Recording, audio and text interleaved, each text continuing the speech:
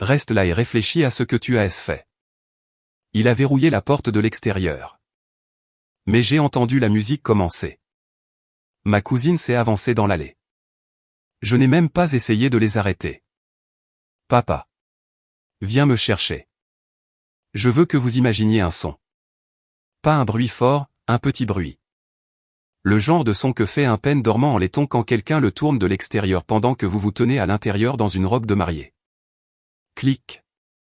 Ce son a coûté à mon mari 75 mois dans une prison fédérale. Il en a coûté 76 à ma cousine. Il a coûté à ma mère son mariage, sa maison, et toutes les personnes de notre famille qui avaient passé 40 ans à l'appeler la matriarche des Whitfield. Et il m'a coûté la dernière once de croyance que les personnes qui m'ont élevé m'avaient un jour aimé. Je suis Margaret. J'ai 36 ans. Le 15 juin à 14h47, mon mari a murmuré à travers cette porte verrouillée, « Reste là et réfléchis à ce que tu as fait », et s'est éloigné pour épouser ma cousine devant 200 témoins, dont aucun ne lui adresserait plus jamais la parole après ce que j'ai fait ensuite. C'est l'histoire de ce que j'ai fait ensuite et du sac à main que ma cousine a oublié. Le rouge à lèvres était sur la coiffeuse. Une couleur Chanel appelée Pirate, un nom que j'avais choisi parce qu'il semblait plus courageux que je ne me sentais. Je l'avais laissé là pendant la répétition. Je suis revenu le chercher à 14h46. La porte était ouverte quand je suis entré. La porte n'était pas ouverte à 14h47. J'ai entendu les pas de Ryan dans le couloir avant d'entendre le verrou. Il bougeait comme un homme qui savait où il allait, ce qui aurait dû être mon premier indice. Les mariés ne marchent pas avec autant d'assurance 15 minutes avant une cérémonie. Les mariés font les 100 pas. Clic. Je me suis retourné, j'ai essayé la poignée, je l'ai essayé encore, je l'ai essayé une troisième fois comme on le fait quand la réalité refuse de se mettre à jour. Ryan. Sa voix est revenue à travers le bois, basse et régulière. Reste là. Et réfléchis à ce que tu as fait. Puis ses pas se sont éloignés. Je me tenais au milieu de cette petite pièce, de 12 pieds sur 14, sans fenêtre, une porte, une coiffeuse avec une ampoule fêlée au-dessus du miroir, et j'ai fait quelque chose dont je serai plus tard très heureuse. Je n'ai pas cherché une sortie, mais des preuves. Sur le dossier de la chaise, un sac Kate Spade vert émeraude. Celui de Chloé. Elle l'avait porté ce matin-là. Elle l'avait laissé ici. Sur le crochet près de la porte, la robe de demoiselle d'honneur de Chloé. En soie vert sauge. Jamais portée. Sur le coin de la coiffeuse, le passe-partout de la suite nuptiale principale, la suite dont j'étais sorti 3 minutes plus tôt. Quelqu'un avait déplacé cette clé d'une pièce à l'autre. Quelqu'un avait préparé cette loge, la plus petite, celle sans fenêtre, la plus éloignée du sanctuaire, comme une scène de théâtre. Mon téléphone affichait 8% de batterie, une barre de réseau. Je me suis assise par terre dans ma robe en satin et j'ai commencé à compter. 5 choses me sont apparues en même temps. Elles sont venues dans l'ordre dont une personne se souvient quand elle s'est trompée sur toute sa vie. Le voile. La semaine dernière. Chez David S. Bridal à Asheville. Chloé tenant mon voile cathédral devant le miroir en riant et disant « Laisse-moi te le garder, Mag. » Ces loges d'église n'ont jamais de crochet convenable. J'avais dit oui. Bien sûr que j'avais dit oui. C'était la famille. Le contrat de mariage. Il y a 3 mois. Maman à la table de ma cuisine avec 2 verres de Pinot Grigio.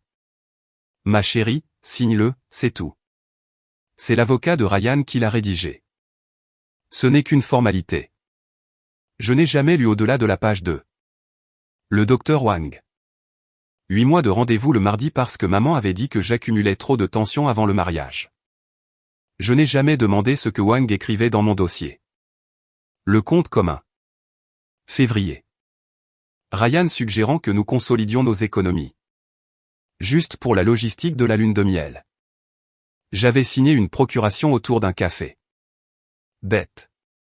Avril. Ma sœur devant ma porte d'entrée avec son ordinateur portable.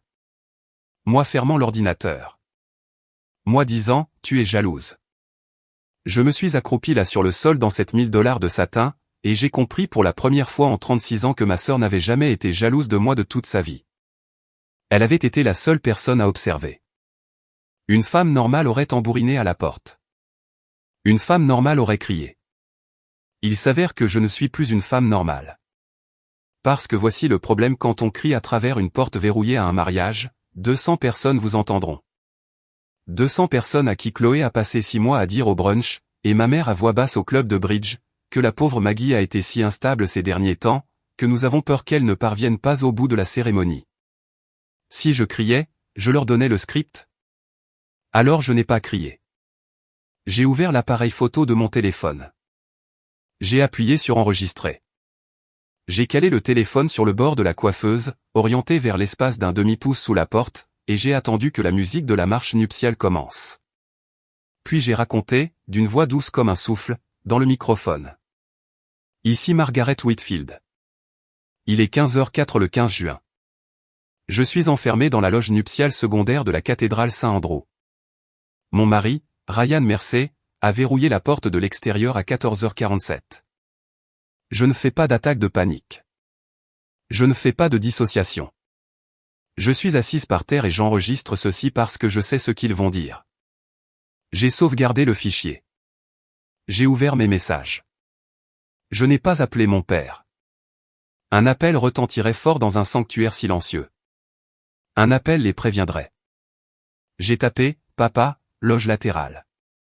Ryan m'a enfermé. Amen bête. Ne dis rien à maman. Passez par le couloir arrière. La bulle a indiqué distribuer. Puis lu.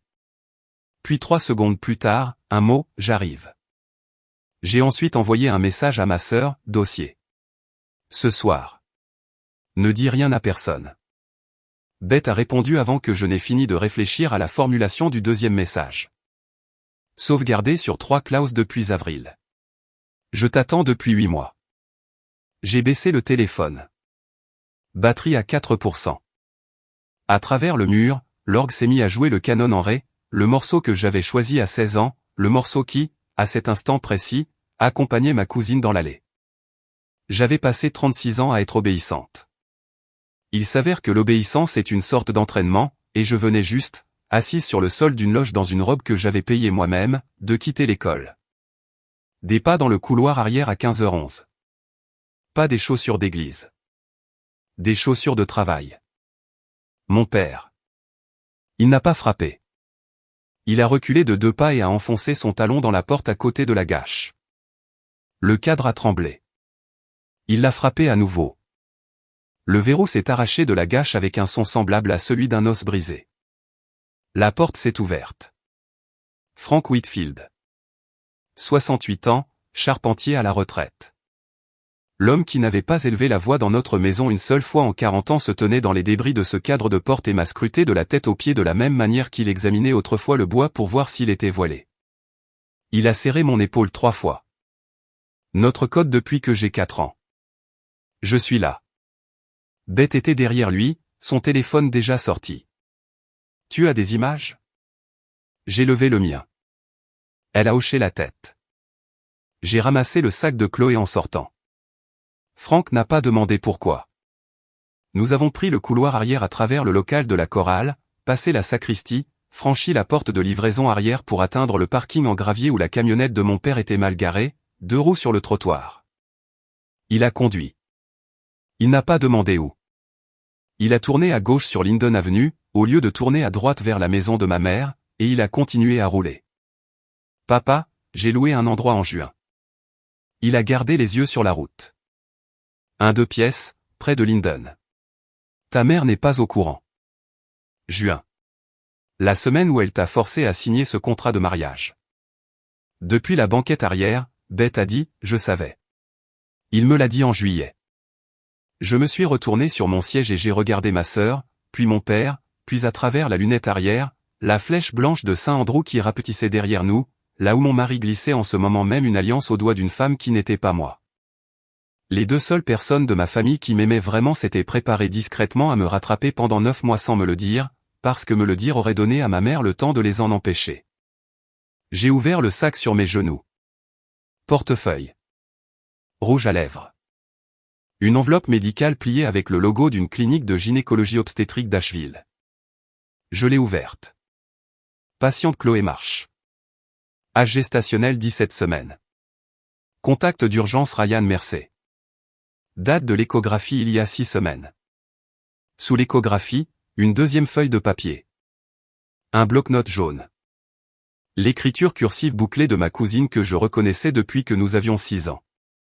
Sutton sein d'un acte conjoint Ryan gestion lieu payé par des fiducies de Maggie après lune de miel. J'ai tenu la liste à plat sur mon genou, et je l'ai lu 3 fois. Puis je l'ai passé à l'avant à mon père.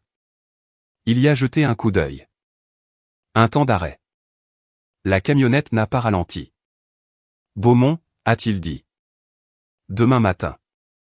8 heures. C'était tout. La camionnette a passé le feu vert au bout de Linden. À travers le pare-brise, le soleil de fin d'après-midi frappait le sommet du palais de justice du centre-ville, illuminant la pierre calcaire d'une manière dont je me souviendrai pour le reste de ma vie, ce même palais de justice où, dans 4 mois, un juge fédéral condamnerait mon mari à 75 mois de prison et ma cousine à 76. Mais je ne le savais pas encore. Ce que je savais, assise sur le siège passager de la camionnette de mon père avec la liste de ma cousine sur les genoux et mon alliance encore chaude aux doigts, c'était ceci. Ils avaient été si sûrs que je n'oserais pas. Ils en avaient été sûrs parce qu'en 36 ans, je n'avais jamais rien osé. J'avais signé le contrat de mariage. J'avais pris les médicaments. J'avais laissé Chloé tenir le voile. J'avais fermé l'ordinateur de Beth. J'avais dit oui et oui et oui et oui comme on m'avait appris à le faire. Ils avaient construit leur plan sur l'hypothèse que la femme dans cette loge se comporterait comme elle s'était comportée toute sa vie. Ils avaient oublié une chose. Mon père disait oui depuis 40 ans. Et puis, en juin, il s'était discrètement arrêté. J'étais la deuxième personne de cette famille à quitter cette maison, et cette fois, j'apportais les reçus qu'ils m'avaient eux-mêmes remis. La maison sur Linden Avenue était un 2 pièces en location peint de la couleur du vieux beurre. Il y avait une balancelle de Porsche que mon père n'avait pas encore eu le temps d'accrocher. Il y avait une clé sous le 3e pot de fleurs en partant de la gauche. Il y avait une cuisine qui sentait le café et la sciure de bois et cette marque particulière de liquide vaisselle que mon père utilisait depuis 40 ans et que ma mère détestait depuis 40 ans. Je suis entré dans cette cuisine à 16h12 de l'après-midi, toujours dans ma robe de mariée, et je me suis arrêté sur le seuil parce que mon père avait installé une table pliante contre le mur du fond, et sur cette table pliante se trouvaient 3 dossiers à soufflet, épais et usés au coin. Chacun étiqueté de sa nette écriture de charpentier, Diane, Ryan, Chloé. Le dossier étiqueté Chloé était le plus épais. Beth a posé son ordinateur portable sur le comptoir et l'a branché. Mon père est passé devant moi pour aller vers la cuisinière et a mis la bouilloire à chauffer. Personne n'a parlé. Je crois qu'ils attendaient de voir ce que j'allais faire, comme on attend de voir de quel côté un cerf va fuir. Ce que j'ai fait, c'est prendre une paire de ciseaux de cuisine dans le tiroir à côté de l'évier, le même tiroir où mon père gardait ses ciseaux depuis 1987, et j'ai commencé à découper la robe de mon corps en longues bandes régulières. Pas parce que j'étais en colère, mais parce que la robe était une preuve, et qu'une preuve doit être conservée d'une certaine manière, et que $7 000 de satin dans un sac poubelle noir sont plus faciles à consigner que $7 000 de satin sur un corps. Beth a tenu le sac ouvert. Mon père a regardé le plafond. Quand je me suis retrouvé en combinaison, j'ai mis un de ces vieux jeans sortis du sèche-linge et une chemise en flanelle qui sentait les copeaux de cèdre, je me suis assise à la table pliante et j'ai dit « Montrez-moi ». Mon père a fait glisser le dossier marqué Ryan vers moi. Il rassemblait des documents depuis septembre. Des relevés bancaires. Il avait fait des photocopies du compte commun que je partageais avec Ryan. Les retraits de Ryan. Les virements de Ryan. La lente et constante érosion par Ryan des $30 000 que mon grand-père m'avait laissés, le tout documenté par les annotations au crayon de mon père dans les marges. Suspect. Suspect. Asheville Diamond Company 4 juin, pourquoi papa?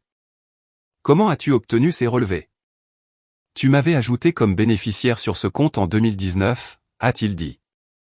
Quand tu as failli déménager à Atlanta, tu as oublié de me retirer.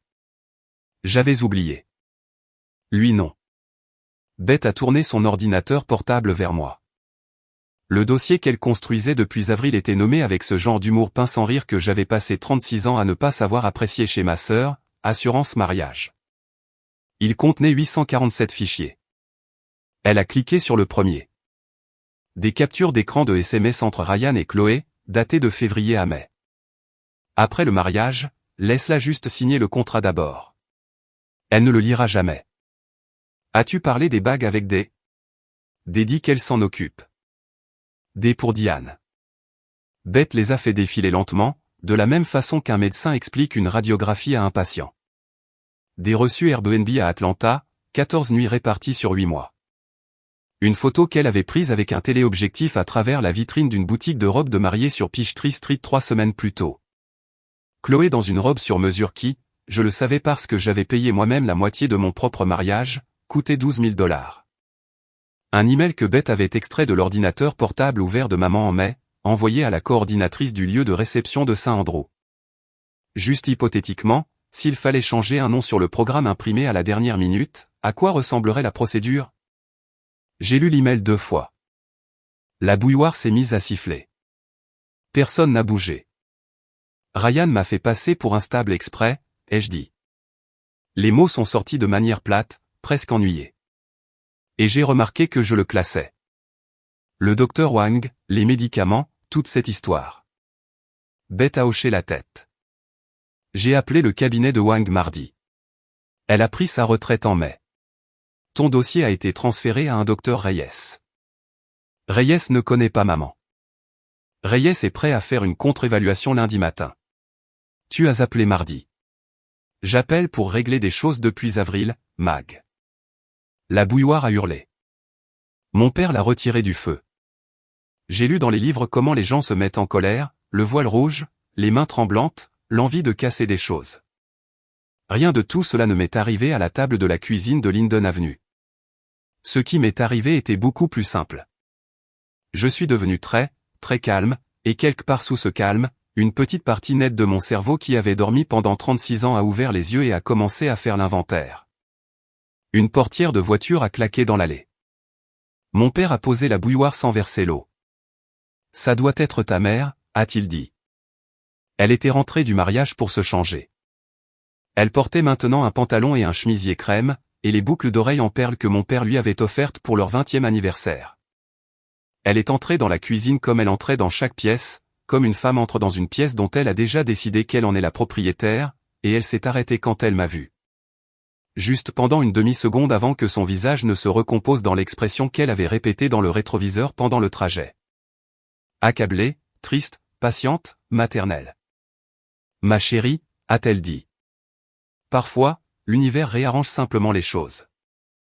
Mon père s'est déplacé vers l'embrasure de la porte derrière elle, la bloquant sans en avoir l'air. Je ne me suis pas levé. Je n'ai pas haussé la voix. J'ai incliné l'ordinateur de Beth vers ma mère, et sur l'écran figurait une photo que Beth avait prise avec son téléphone 3 heures plus tôt, un reçu photographié sur le bureau de l'Asheville Diamond Company, une commande sur mesure passée il y a 6 semaines au nom de Diane Whitfield. 2 alliances, intérieur en or blanc gravé. La gravure disait Chloé et Ryan, 15 juin. Un acompte de 4 000 $, payé en totalité. Ma mère a regardé l'écran. L'expression maternelle n'a pas vacillé. C'est ce qui m'a frappé. Elle n'a pas vacillé, ne serait-ce qu'un peu. Elle s'était exercée à cette expression pendant si longtemps que son visage avait oublié comment faire autre chose. Trésor, a-t-elle dit, tu n'allais pas le rendre heureux. Il y a eu alors dans la cuisine un son que je n'avais jamais entendu de toute ma vie. C'était le son de mon père prenant une décision à voix haute. Diane. Elle s'est tournée vers lui, parce qu'elle se tournait vers cette voix depuis 41 ans, et son corps ne savait pas encore que cette voix n'était pas celle dont elle se souvenait. Sors de chez moi. Elle a cligné des yeux. Elle a littéralement cligné des yeux 2 fois comme on le fait lorsqu'une instruction n'a aucun sens grammatical.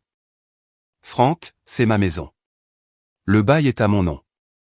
Tu n'y figures pas. Les papiers du divorce sont au bureau d'Harold Beaumont. Signe les lundis, où j'apporte les relevés bancaires que je rassemble sur toi depuis 9 mois au FBI avec tout le reste. Elle est devenue livide. C'est la seule fois de ma vie que j'ai vu les couleurs quitter le visage de ma mère.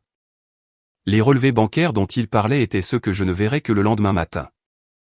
Dans le bureau de Beaumont, les traces des virements effectués par ma mère pour un montant de 18 000 $ de son propre argent vers Marshall Holdings LLC au cours des 4 derniers mois. Contribution de la mère de la mariée, avait-elle écrit dans la ligne de motif de l'un d'eux. La mariée en question n'était pas moi. Elle s'est tenue dans la cuisine de mon père pendant un long compte jusqu'à 5. Puis elle s'est retournée et est sortie sans prononcer mon nom. La porte moustiquaire a claqué. La Lexus a démarré. La Lexus est partie. Mon père a expiré par le nez, s'est dirigé vers la cuisinière, a pris la bouilloire et a enfin versé le thé. Il a posé une tasse devant moi, du thé Earl Grey, de sucre, comme je le prenais depuis que j'avais 9 ans et que j'avais été autorisé à m'asseoir avec les adultes pour la première fois. Bois-le, a-t-il dit. Nous avons du travail à faire. Je l'ai bu. À 3 heures du matin, j'étais toujours à la table de la cuisine. Bette dormait sur le canapé du salon avec l'une des couvertures en flanelle de mon père remontée jusqu'au menton. Mon père était réveillé dans le fauteuil en face de moi, faisant semblant de lire un livre de poche de Louis L'Amour qu'il avait déjà lu 40 fois. Aucun de nous n'allait se coucher. J'avais un bloc-notes jaune devant moi, de la même marque que celui que Chloé avait utilisé pour sa liste, ce qui ressemblait à une petite blague privée que je ne racontais qu'à moi-même, et je faisais ma propre liste. Pas une liste de ce qu'ils avaient fait ces 6 derniers mois. Une liste de ce qu'ils avaient fait au cours des 30 dernières années. La poupée Cabbage Patch pour mon 7e anniversaire. Le rôle d'Annie pendant ma 2e année de lycée. Tommy Holcomb à mes 16 ans. L'essai pour l'université de Boston sur lequel j'avais passé 4 mois, et qui était apparu 3 mois plus tard sous la signature de Chloé dans une demande de bourse régionale.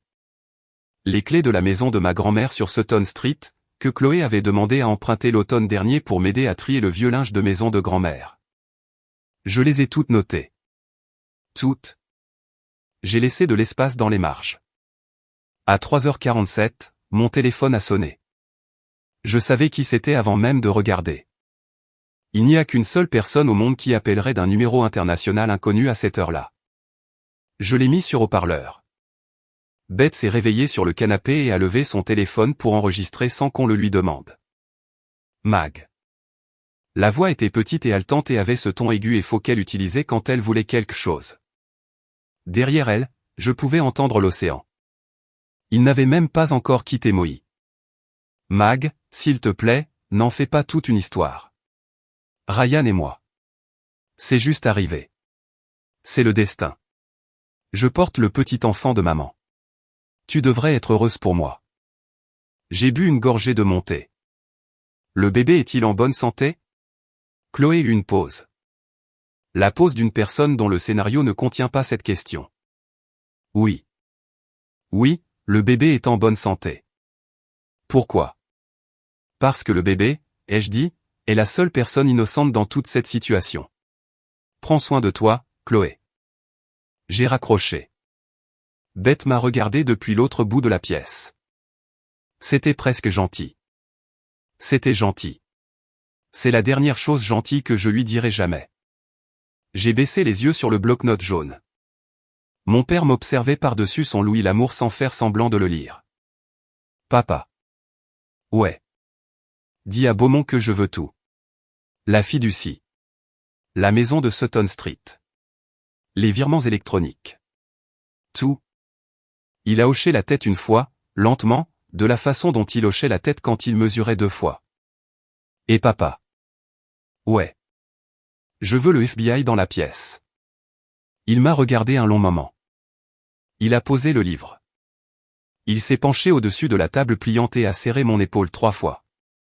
Dehors, sur Linden Avenue, le lampadaire bourdonnait comme le font les vieux lampadaires à 4 heures du matin, et quelque part au loin, un train de marchandises traversait le pont à Tréteau près de la rivière, et à l'intérieur de la cuisine d'un 2 pièces loué.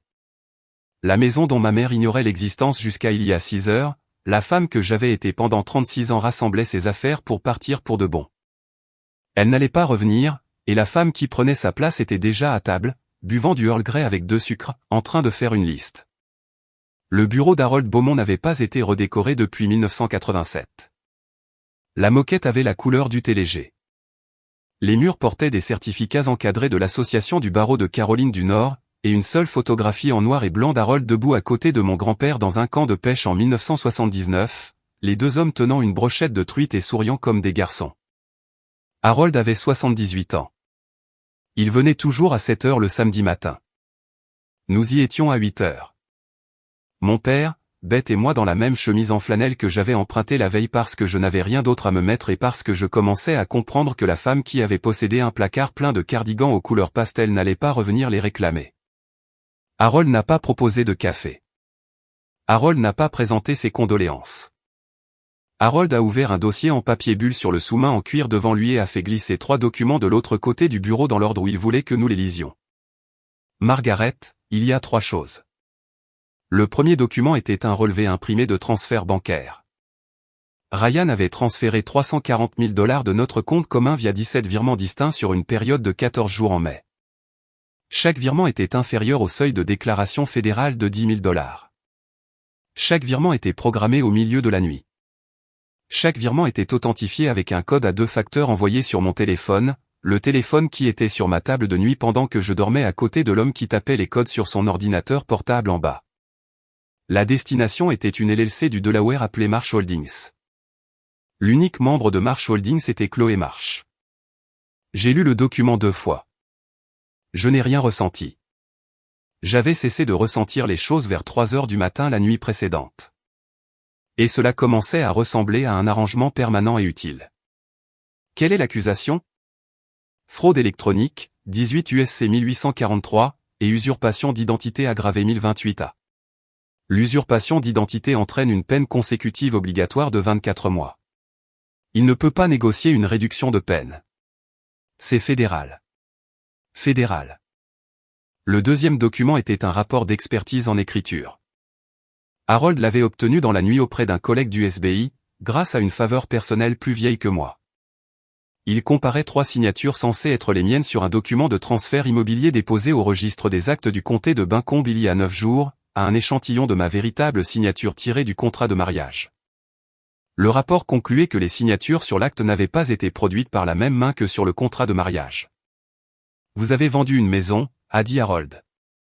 Je ne l'ai pas fait. Quelqu'un a vendu une maison. Quelqu'un utilisant votre nom. La maison au 418 Sutton Street. La propriété que votre grand-mère vous a laissée en 2014 a été cédée à un acheteur pour 485 000 $.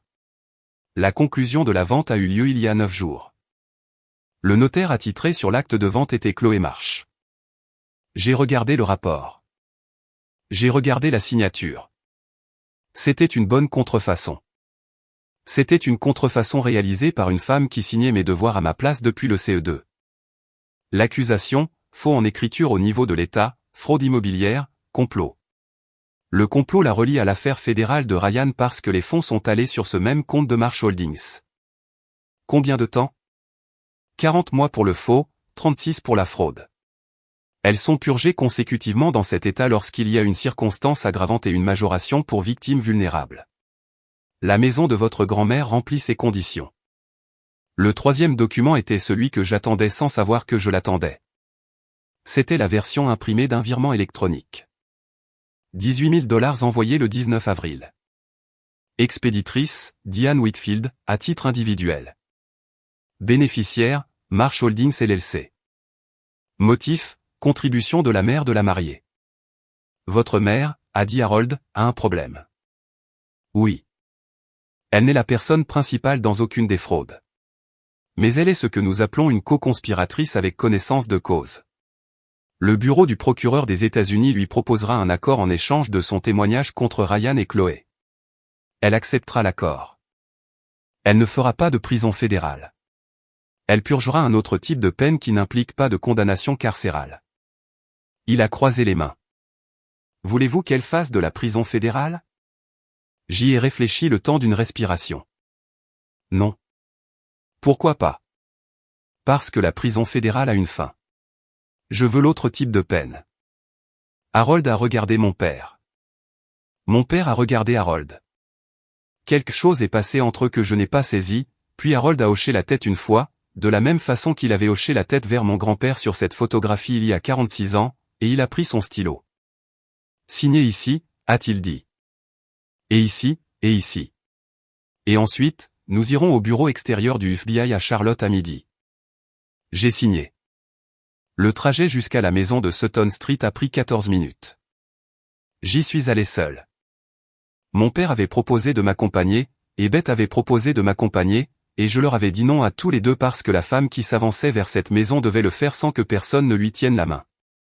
Les serrures avaient été changées. Il y avait un panneau vendu dans la cour avant. Cloué au même cornouiller que ma grand-mère avait planté en 1962. Le cornouiller était en pleine floraison.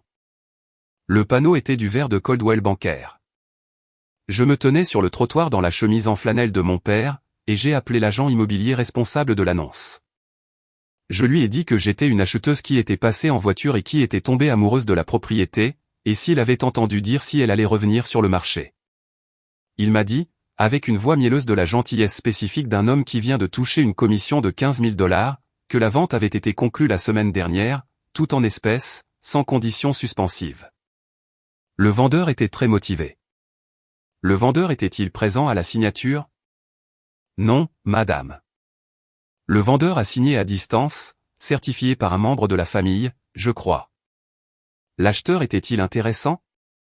Justine LLC. Nous ne posons pas de questions. Je l'ai remercié. J'ai raccroché. Je suis resté sur le trottoir encore une minute et j'ai regardé le cornouiller de ma grand-mère, le porche où je m'étais assise pour lire tous les étés entre l'âge de 8 et 22 ans. La fenêtre de la chambre du haut où Bette et moi étions autrefois sortis sur le toit du porche pour compter les lucioles parce que Chloé était en visite et avait pris notre lit partagé. Je suis retourné à la camionnette. J'ai conduit jusqu'au bureau local du FBI à Charlotte avec 3 dossiers sur le siège passager et un Coca Light dans le porte-gobelet, et un sentiment dans la poitrine qui n'était pas de la colère, qui n'était pas du chagrin, et qui n'était rien qu'on m'ait appris à nommer. C'était le sentiment d'être, pour la première fois en 36 ans, une personne qui s'apprêtait à faire exactement ce qu'elle avait décidé de faire. Le FBI ne ressemblait pas à ce que j'avais imaginé. L'agente qui a pris le dossier était une femme noire d'une quarantaine d'années nommée Yolanda Pierce, qui portait un tailleur pantalon bleu marine et des puces d'oreilles en perles, et qui avait une photo encadrée de ses 2 filles sur son bureau. Elle a lu le dossier devant moi sans parler pendant 19 minutes. Quand elle a eu fini, elle l'a fermé et a levé les yeux. Madame Mercer. Whitfield. Je garde mon nom. Je ne l'ai jamais changé. Le mariage n'a pas eu lieu. Madame Whitfield. Nous allons arrêter votre mari et votre cousine à l'aéroport mercredi à leur retour de Maui. Nous allons le faire dans le terminal. Nous allons le faire devant chaque passager de leur vol. Avez-vous une objection? Non. Souhaitez-vous être présente? Oui. Elle a pris une note sur un bloc-notes jaune. Une dernière question. Votre mère. Ma mère sera autorisée à témoigner. Autorisée. C'est le mot que je veux que vous utilisiez. Yolanda Pierce m'a regardé pendant un long moment. Puis elle a écrit le mot autorisé sur son bloc-notes jaune et l'a souligné 2 fois. Je me tenais à la porte B14 de l'aéroport régional d'Asheville à 16h17 le mercredi après-midi. Je portais une robe bleu marine et des chaussures plates. Bette était à côté de moi. Yolanda Pierce était à 20 pieds avec 2 autres agents et 4 policiers d'Asheville en uniforme. Tous habillés en civil. Tous tenant des gobelets de café en carton. Tous ayant l'air de ne rien faire de spécial. L'avion a atterri à l'heure. Les passagers ont remonté la passerelle avec la lenteur de personnes ayant passé 5 heures assises. Ryan portait une chemise en lin corail que je lui avais achetée pour Noël. Chloé portait une robe d'été blanche, enceinte de 4 mois, rayonnante comme les magazines disent que les femmes enceintes rayonnent. Ryan m'a vu en premier. Son visage a fait cette chose qu'il faisait quand il s'apprêtait à feindre le comportement de quelqu'un de raisonnable. Le petit hochement de tête sur le côté. Les sourcils doux et compatissants. Le léger fléchissement des genoux qui le faisait paraître plus petit et moins menaçant. Maggie. Il a posé son bagage à main. Chérie, tu fais encore une crise. On en a parlé. Marsh Holdings LLC. 17 virements. Mon adresse IP. Les codes à 2 facteurs sont arrivés sur mon téléphone pendant que je dormais à côté de toi. Les couleurs ont quitté son visage comme l'eau s'écoule d'une baignoire. Le haut d'abord, puis le reste d'un coup. Chloé s'est interposée devant lui. Elle a posé une main sur son ventre comme elle s'y entraînait dans les miroirs depuis 4 mois. Mag, ne sois pas dramatique, Sutton Street, ai-je dit. Ta signature sur la ligne du notaire. Le rapport d'expertise est revenu ce matin. Elle a ouvert la bouche. Yolanda Pierce s'est interposée entre nous, son insigne déjà sorti. Ryan Mercer, vous êtes en état d'arrestation pour fraude électronique et usurpation d'identité aggravée. Vous avez le droit de garder le silence. Les menottes sont sorties. Ryan n'a rien dit. il a continué à me regarder avec l'expression exacte d'un homme qui vient de réaliser que la femme qu'il a épousée était une autre femme depuis le début et qu'il a perdu à un jeu auquel il ne savait pas qu'il jouait. Le policier d'Asheville à côté de Pierce s'est avancé vers Chloé. Chloé Marsh, vous êtes en état d'arrestation pour faux en écriture, fraude immobilière et complot. Le visage de Chloé s'est décomposé comme il se décomposait quand nous avions 6 ans et qu'on lui disait qu'elle ne pouvait pas avoir ma poupée Cabbage Patch. Ses mains sont restées sur son ventre. Je suis enceinte. Vous ne pouvez pas. Je suis enceinte. Madame, les menottes seront placées à l'avant. Un adolescent avec un iPhone avait commencé à filmer à 12 pieds de là. Puis un homme avec une casquette des Carolina Panthers. Puis une femme avec une poussette. En 90 secondes, l'arrestation était braquée par 8 caméras sous 8 angles différents, et quelque part dans une ferme de serveurs en Virginie, mon mari et ma cousine commençaient leur deuxième vie, la vie publique, celle à laquelle ils n'échapperaient jamais.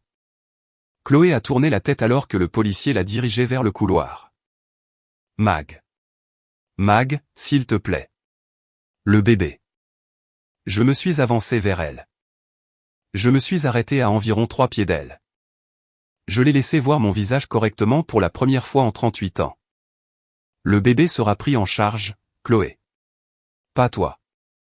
Je me suis retourné et je suis retourné vers Beth. Derrière moi, je pouvais entendre Chloé commencer à pleurer, les vrais pleurs, pas les pleurs de comédie, les pleurs d'une personne qui vient de comprendre que le scénario est épuisé et qu'il n'y a plus de répliques sur la page. Beth m'a tendu un mouchoir. Tu n'en as pas besoin. Je voulais juste que tu l'aies au cas où. Je n'en ai pas eu besoin. Nous sommes retournés sur Linden Avenue. Mon père avait préparé le dîner, du rôti de bœuf. La cuisine sentait les oignons, la feuille de laurier et cette sorte de sécurité particulière à côté de laquelle j'avais passé toute mon enfance sans la reconnaître. Le téléphone a commencé à sonner à 18h12. Le premier appel était de ma mère. Le deuxième appel était de ma mère. Le troisième appel était de ma mère. À l'appel numéro 20, j'avais arrêté de compter. À l'appel 47, j'avais terminé mon rôti et je lavais mon assiette dans l'évier. J'ai décroché à l'appel 48. Elle pleurait. Elle ne jouait pas la comédie. Ses pleurs avaient la texture déchirante particulière d'une femme qui vient de comprendre que c'est sa fille aînée qui tient le couteau. Margaret, ma chérie, tu ne peux pas faire ça à ta famille. Ryan pourrait aller en prison. Ryan ira en prison. Tu témoigneras. Tu parleras au procureur fédéral des $18 000 que tu as virés à Marsh Holdings le 19 avril. Tu leur parleras des alliances que tu as commandées chez Asheville Diamond le 4 mai, sinon le FBI trouvera ces choses par lui-même, et alors ton accord disparaîtra et tu iras en prison fédérale, toi aussi. Tu me suis? Une longue inspiration tremblante. Je suis ta mère. Tu es la femme qui est restée là à regarder pendant 30 ans. Ce n'est pas une mère. C'est un public. J'ai raccroché. J'ai bloqué son numéro. J'ai séché mon assiette et je l'ai rangée dans le placard de mon père, à sa place. Beth est entrée dans la cuisine avec son ordinateur portable ouvert. Il y avait un email d'Harold Beaumont datant d'il y a 6 minutes. Margaret, l'analyse graphologique de l'acte est revenue concluante. Contrefaçon confirmée. Le procureur du comté de Buncombe veut ajouter un chef d'accusation fédéral pour fraude postale au dossier de Chloé. L'acte a été envoyé par la poste à la société de titres. Combiné au complot de Marsh Holdings, nous envisageons plus de 70 mois. H. Je l'ai lu. J'ai fermé l'ordinateur portable. J'avais passé 36 ans à croire que la pire chose au monde était de mettre ma mère en colère. Il s'est avéré que la pire chose au monde était tout autre, que j'avais vécu à l'intérieur tout ce temps et que je venais juste d'en sortir.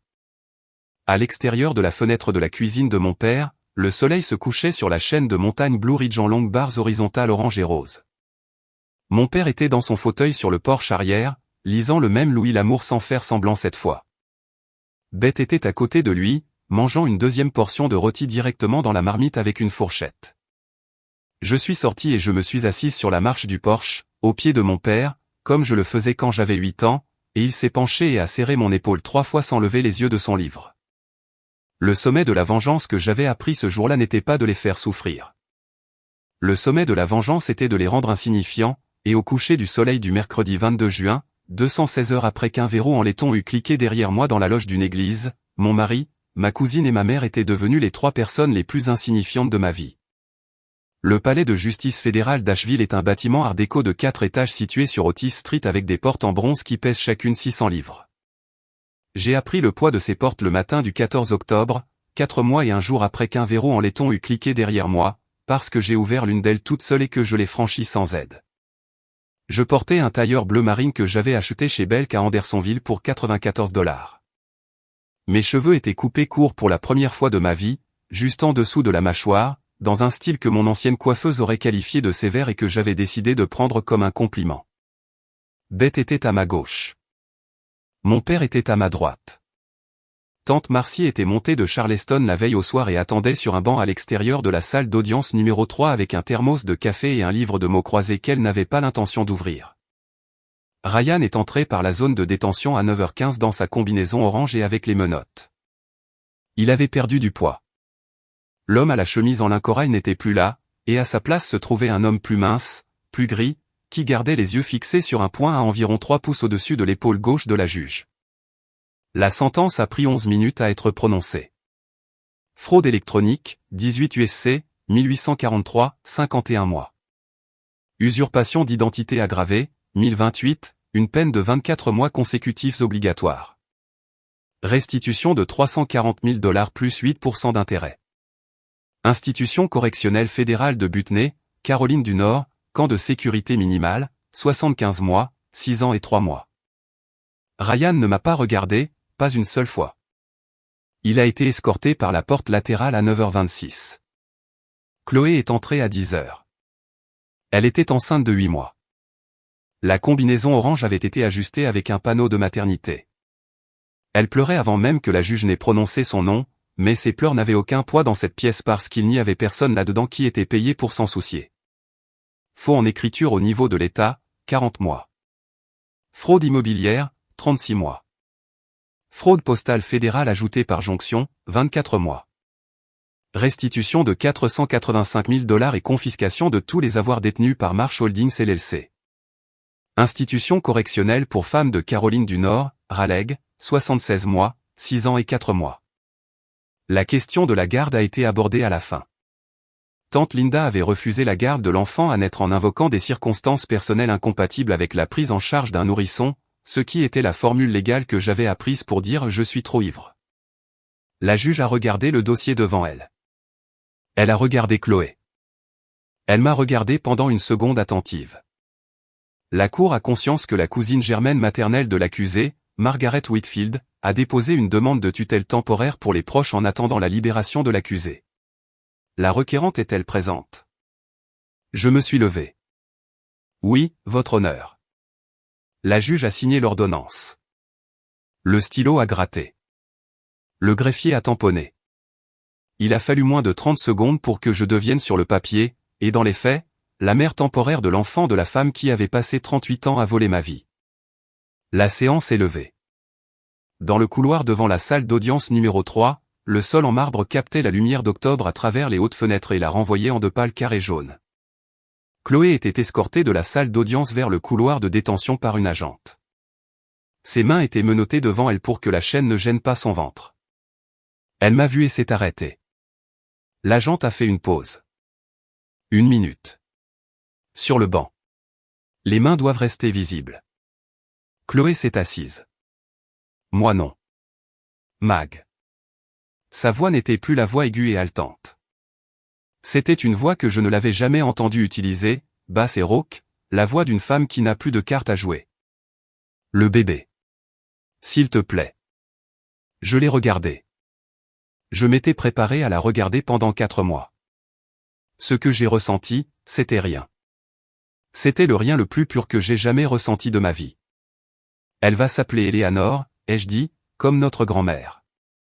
Elle grandira au 418 Sutton Street, dans la maison que tu as essayé de me prendre. Elle saura que tu es sa mère biologique. Quand elle aura 18 ans, elle décidera par elle-même si elle veut te rencontrer. Je ne lui mentirai pas à ton sujet. Je ne l'empoisonnerai pas contre toi. Je ne la punirai pas pour ce que tu as fait. C'est le seul héritage que je lui transmets de cette famille, le droit de décider par elle-même. Chloé pleurait. De vraies larmes cette fois, la forme humide et peu flatteuse des larmes qui n'ont pas été répétées devant un miroir. Tu m'as tout pris pendant 30 ans, Chloé. Tu as pris des poupées et des rôles et des petits amis et une maison. Tu as pris un mariage tout entier. Je ne te prends rien. Je donne à ta fille la seule chose que tu n'as jamais été capable de voler à personne, un choix. Je me suis retourné et je suis retourné vers mon père. Diane attendait à l'autre bout du couloir près des ascenseurs. Elle avait vieilli de 10 ans en 4 mois. Elle tenait une boîte Tupperware à 2 mains, la tarte aux pommes de sa grand-mère, la recette qu'elle avait refusé de m'apprendre quand j'avais 22 ans parce qu'elle la gardait pour quelqu'un qui l'apprécierait. Elle me l'a tendue alors que je m'approchais. Maggie, ma chérie, j'ai fait ça pour toi. Je suis passé devant elle sans ralentir. Mon père s'est arrêté. Il s'est tourné vers sa femme depuis 41 ans. Diane, les papiers ont été signés le 18. La maison de Linden est à moi. Celle de Sutton Street est à Maggie. Le chalet à Banney Elk est à toi. Tu ne contacteras plus jamais nos filles. Si tu te présentes à Sutton Street, l'ordonnance de protection sera appliquée. Si tu te présentes à l'école où Maggie enseigne, l'ordonnance de protection sera appliquée. Si tu écris à Eleanor quand elle sera plus grande, la lettre te sera retournée non ouverte. Est-ce clair? Sa bouche s'est ouverte. Aucun son n'en est sorti. Au revoir, Diane. Il s'est retourné et m'a suivi dans l'ascenseur. La boîte Tupperware était toujours dans ses mains quand les portes se sont fermées.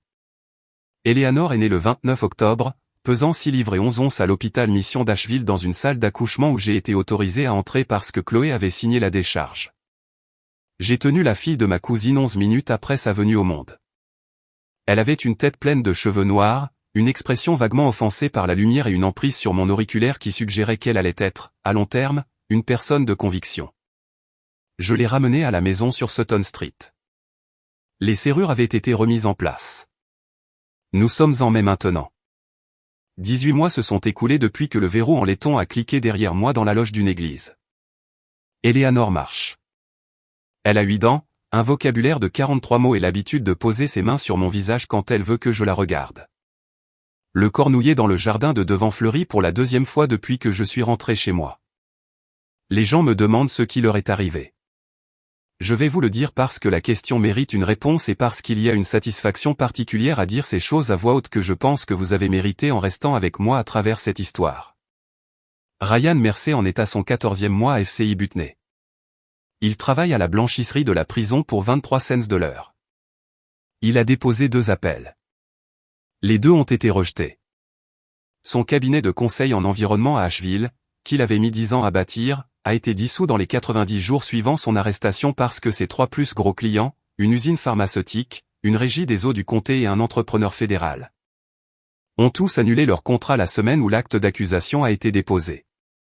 Sa licence professionnelle a été définitivement révoquée par le Conseil de Caroline du Nord en août dernier. L'Audi de 40 000 $ dont j'avais co-signé le prêt pour lui en 2022 a été saisi par les US Marshals et vendu aux enchères pour 14 000. Il a perdu 41 livres. Sa mère a cessé de lui rendre visite en février. Son frère aîné, qui travaille pour la même agence fédérale qui l'a poursuivi, n'a pas prononcé le nom de Ryan lors d'une réunion de famille depuis plus d'1 an. Lorsqu'il sera libéré en 2031, il aura 51 ans, sera un criminel fédéral condamné interdit d'exercer dans la finance, les contrats gouvernementaux et de détenir une licence professionnelle dans n'importe quel État. Il n'aura aucune économie, aucune carrière, aucun mariage, aucun ami qui lui retournera ses appels. Il finira très probablement, a dit l'agent de libération conditionnelle à Beaumont le mois dernier, par vivre dans le sous-sol de son cousin à Hickory. Chloé Marsh est à NCCI Double Raleigh dans l'unité de sécurité moyenne. Elle en est à son 12e mois. Elle a eu 6 premiers mois difficiles là-bas. Il s'avère qu'il y a un mépris particulier que les femmes incarcérées réservent aux femmes qui veulent d'autres femmes, et Chloé a appris les contours de ce mépris avec une pommette cassée en mars, un poignet fracturé en mai. Elle n'a plus été jolie de la même manière qu'elle l'était avant. Ses cheveux sont devenus gris aux tempes. Elle n'a pas tenu sa fille depuis le jour où elle a signé la décharge de parenté à l'hôpital. Sa mère, Linda, est morte en février d'une insuffisance hépatique dans une caravane en dehors de Hendersonville. Chloé n'a pas obtenu de permission de sortie pour assister aux funérailles. Elle m'a écrit 11 lettres depuis la prison. Je n'en ai ouvert aucune. J'ai placé les 11 dans une grande enveloppe scellée à l'intérieur d'un coffre-fort à la First Citizens Bank, et l'enveloppe est étiquetée de mon écriture pour Eleanor à 18 ans si elle le demande. Quand Chloé sera libérée en 2032, elle aura 45 ans, sera une faussaire condamnée interdite de tout poste de confiance financière, sans aucune relation avec sa fille, et sans aucune famille disposée à l'accueillir. Les renseignements les plus récents de Beaumont indiquent qu'elle étudie pour obtenir un certificat de cosmétologie qu'elle ne sera pas autorisée à utiliser dans 21 États en raison de sa condamnation. Diane Whitfield vit seule dans le chalet à Banné-Elk. Elle n'est pas allée en prison fédérale.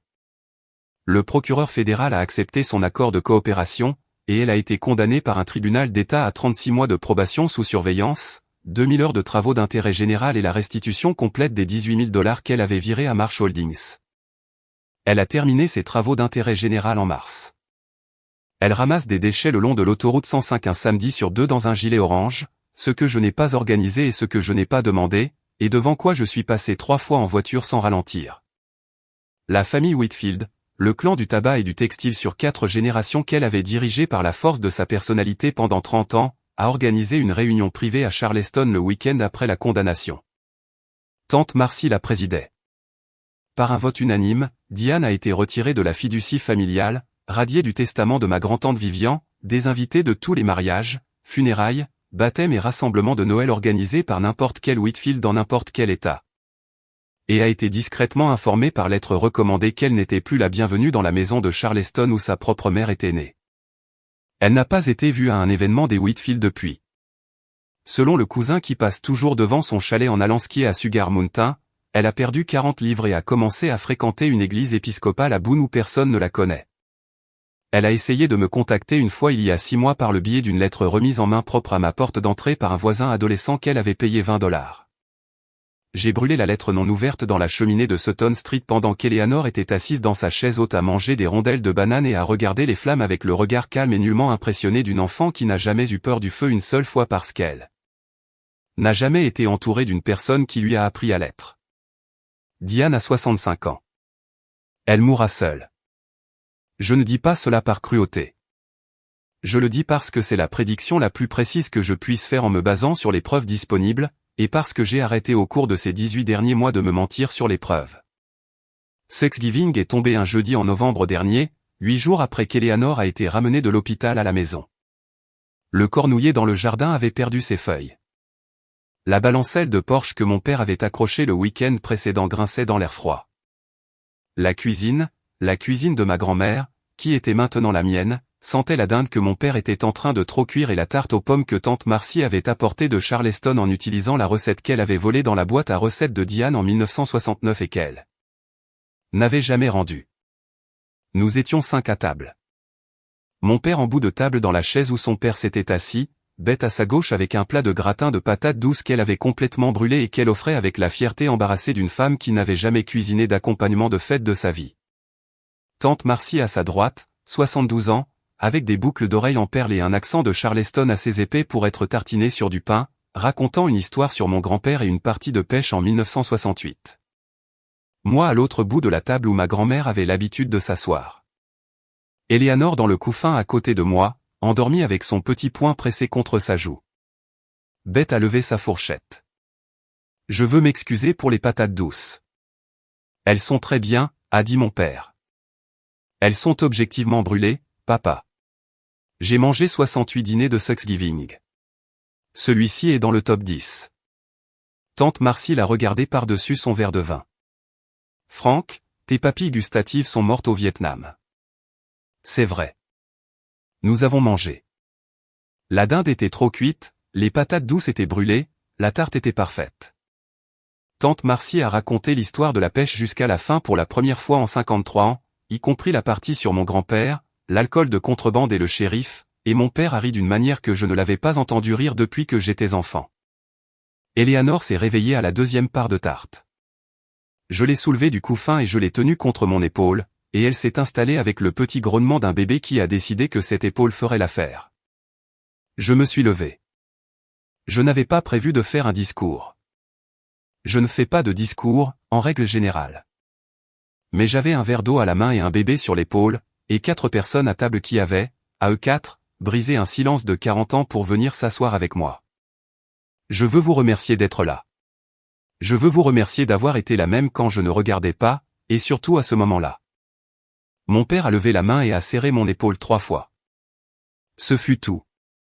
La lumière devenait rose sur la crête ouest des montagnes Blue Ridge à l'extérieur de la fenêtre de la salle à manger. Le feu dans le petit salon crépitait comme le font les vieilles cheminées.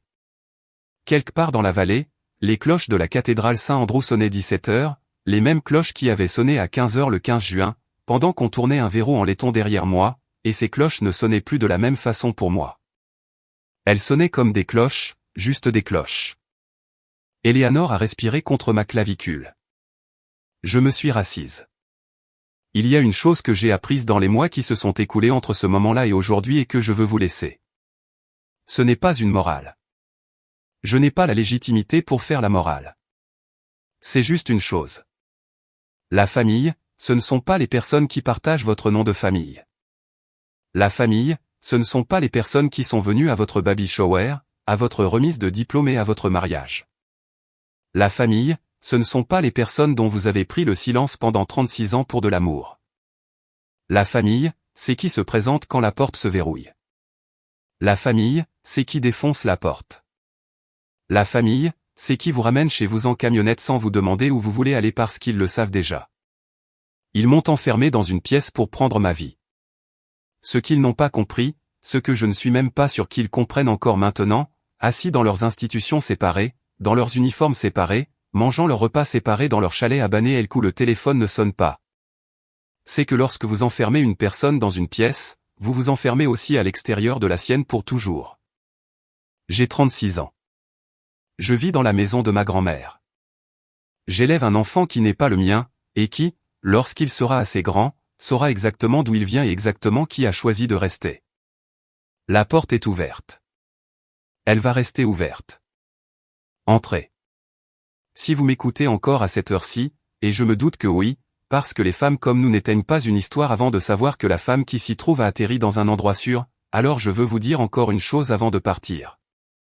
Pas en tant que Margaret Whitfield, mais en tant que la femme assise à la table de votre cuisine, celle pour qui vous auriez préparé du café si j'avais frappé à votre porte il y a 18 mois, saignant d'un endroit que vous ne pouviez pas voir.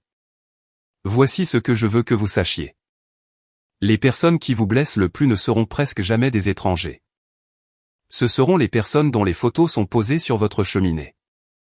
Ce seront les personnes qui vous ont tenu le jour de votre naissance, les personnes qui ont tressé vos cheveux avant l'église, les personnes qui vous ont appris le mot famille. Et qui ont ensuite passé les 40 années suivantes à réécrire discrètement ce mot pour signifier la personne qui reste silencieuse pour que je n'ai pas à assumer mes propres choix. La cruauté des étrangers est bruyante. La cruauté de la famille est patiente. Elle s'intègre au papier peint de votre maison si lentement qu'au moment où vous le remarquez, vous avez passé votre vie entière à l'appeler foyer.